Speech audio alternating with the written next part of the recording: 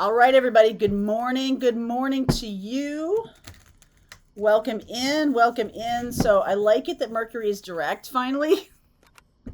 I know. It doesn't really, I don't really find that I have a lot of email screw ups or anything like that. But man, some of the technology stuff with the channel sometimes can be a little wacky. So I like when it's over. I like when it's over. We're still in a little bit of a shadow with Mercury retrograde, but we do have this new moon in Taurus this week, which is really lovely, and that is just about anchoring, manifesting what you want to anchor in terms of your truth, in terms of beauty, in terms of comfort, what makes you feel safe, and there's as many answers as there are people. So just work with that energy this week. Feel nurtured by it. Do something nurturing for yourself this week. Okay. All right. Okay. Mystic Healer. Check that out. Mystic Healer. Healing energy flows through you and to you, choosing your path. All is possible. Wandering path. Enjoy the journey. Yeah. Okay. So you are being directed a little bit in a healing direction. And I know that a lot of what I have been working with, the energy I've been working with on this channel, has been about awareness, has been about bringing things to light. We talk about that in the Ascension group on Wednesdays. We talk about it in our Pathfinder group.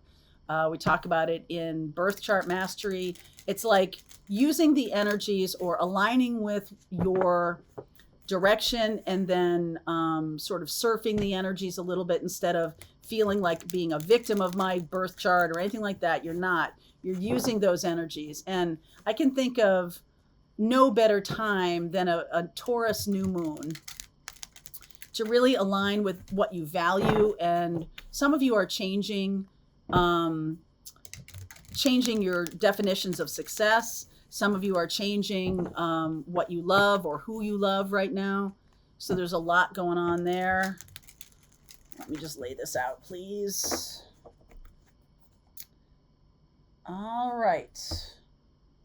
5 of Wands underneath, 2 of Swords, 2 of Pentacles. Look at this. 5 of Cups and the Queen of Wands.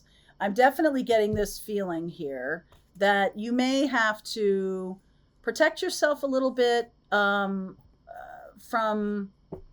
I don't know, it's almost like stay away from the argument, stay away from the fight, stay away from other people kind of competing or anything like that. You really want to protect your independence or protect your safety, protect your own direction, protect your energy. There's a lot of stuff going on in the world right now, and I just feel like I always do that exercise about putting myself in a protective bubble and only love and things for my best and highest good are sort of allowed through that. And so that even allows for lessons and other things. It doesn't keep everything out because that's not really what we're here to do. We're really here to experience and learn.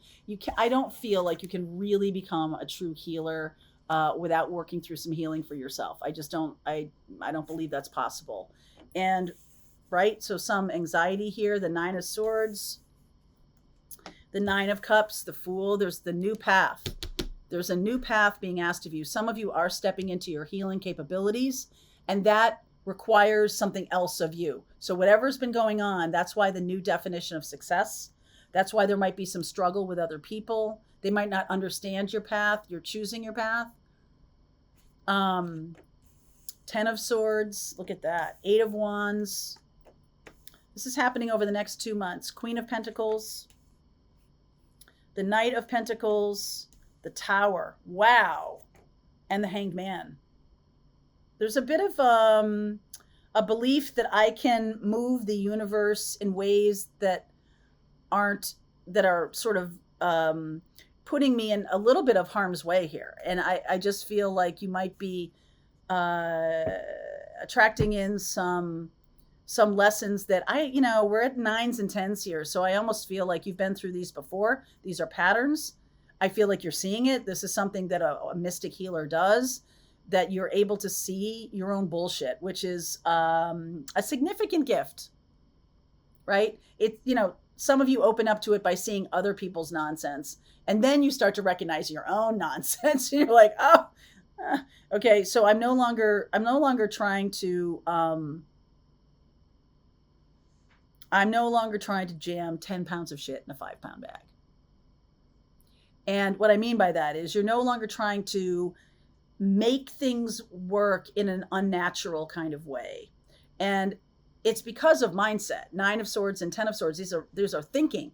This is a very easy fix. It's a shift in how you believe. And at that point, there might have been some stubbornness about like, no, this is what I believe, or this is how I'm seeing the world. But I expect it to behave, or see the universe. But I expect it to behave in ways that are antithetical to that. You know what I'm saying? Like there's just this little feeling of you're asking for one thing but expecting another, like asking for love and receiving something that isn't love, and that's being realigned. You're asking for joy and getting something that's the opposite of joy. So that can be something that's like, I really need to think about what I value. I need to think about what I'm thinking about love, because the fact is, if we have really unhealthy experiences of love or patterns of love from our families, then we have to re-engineer our experience or our belief around it before we can really align with it. We can't align with love from a place that is not love. Okay. So that's being realigned for you, which is gorgeous. I do feel like there's a few things that you don't want to let go of. This Knight of Pentacles is quite stubborn, by the way. So there's definitely some stubborn energy here. And I feel like initially it comes from coping mechanisms. So if we had nonsense going on around us when we were kids don't have the emotional maturity or the emotional literacy really to be able to navigate challenging situations. So we kind of bring in these belief systems and coping mechanisms, and they work when we're kids, but when we're grown-ups, it can show up as shadow. It can show up as oh, I've really taken in that I don't deserve love, or I've taken in that I'm not valuable unless I'm productive. You know, I've taken in these kinds of mindsets, and you can change them. The easiest thing, and possibly the most difficult at the same time, if it's unconscious, the easiest thing to do is change your mind. Those who don't change their mind don't change anything. The stubbornness, when you have this stubborn energy around anything right now, I feel like is saying to you, what are you being stubborn about? And there's a mindset shift that needs to happen in order for you to choose your path from this place of higher vibration, of what you're really trying to create in the world, of ease. You know, a lot of people think, have a mindset that work has to be hard. What if it doesn't? What if it doesn't? What if it's natural? What if it's just flowing from you? And that might make you feel like you might immediately have some resistance to what I just said. And if that's true, you probably have that belief that you got to bust your hump. What if that's not true? What if you're aligning more with flow, which is this 9 of Cups and the 8 of Wands, blowing your mind? This is the new path. And what if it doesn't have to be like a busting your hump in order to attract in as any kind of resources, all resources of ease of action, ease of thought, ease of life. Everything just kind of flows. This is the new path. Do you immediately have a resistance to that? If you do, it's coming from a place of other people's beliefs. These are beliefs that you inherited. So this is ancestral beliefs. This is family stuff. And some of it you really are loyal to. I do know one thing, that when I was growing up, you know, adopted kids, there are two kind of adopted kids, and they can both be loyal, super loyal to these ideas, is that one is really seeking the original family and one is really not. But there's like a stubbornness to it, right? There's a stubbornness of like, I've got to find my original family, or no, I'm loyal to this family that I have been raised in.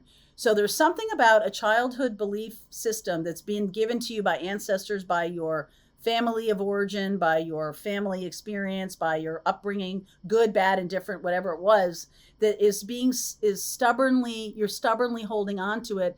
And that is like the same time it's the key to your healing, it's also the thing you least want to do. Okay, which always, you know, the universe works that way, right? It's the thing that we think is the least likely for me to be able to work with or give up is really the key to your freedom, or the key to your healing, or the key to you stepping into your mission and purpose at the time.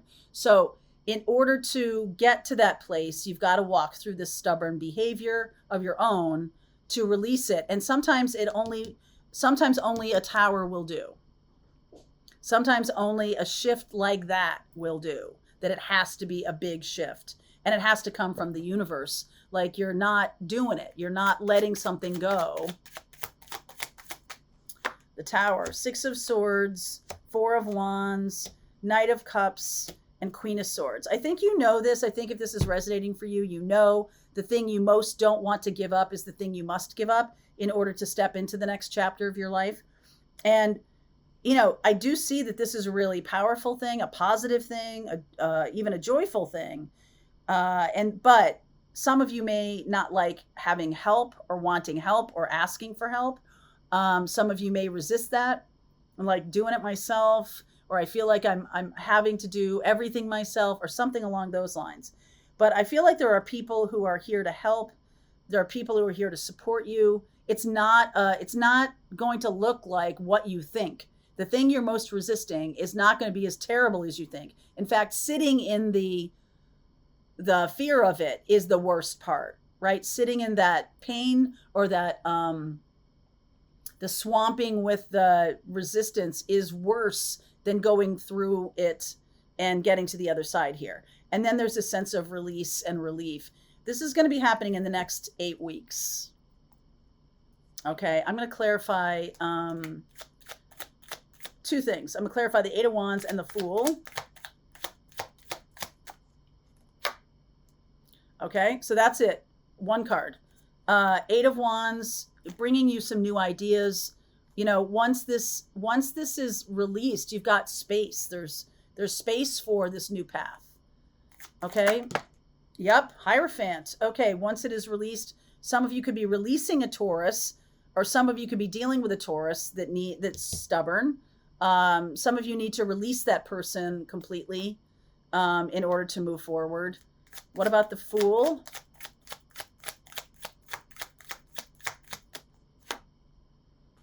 Page of Pentacles. This is a new lesson, a new path. We can't be messing around with this anymore. Okay? The universe is saying, I mean, towers only come at, like, the last thing. There's no more chances. So when my mother was passing away, I think she was 86. She passed away when she was 88. And she said to me, she's like, they come for you. And you can say no. But then one time you can't say no. And that's what we're talking about here. You may have had chance after chance after chance after chance to change this. It may have been going on for many, many years. To change this or heal this for yourself. And then it can be released. Like, it's something that you don't want to look at. It's something that's uncomfortable. And maybe it has to do with money, because Taurus energy is here. But this new moon gives you a chance to choose the new path. And that's awesome. All right, so let's see what the new path is. Link is below if you want to continue on. Pathfinders, we're just going to keep on going. All right, I hope you enjoyed that video. If it was helpful to you, please consider liking this video and sharing it with anybody who might have a need for similar kind of information. And if you like this video, check out these videos.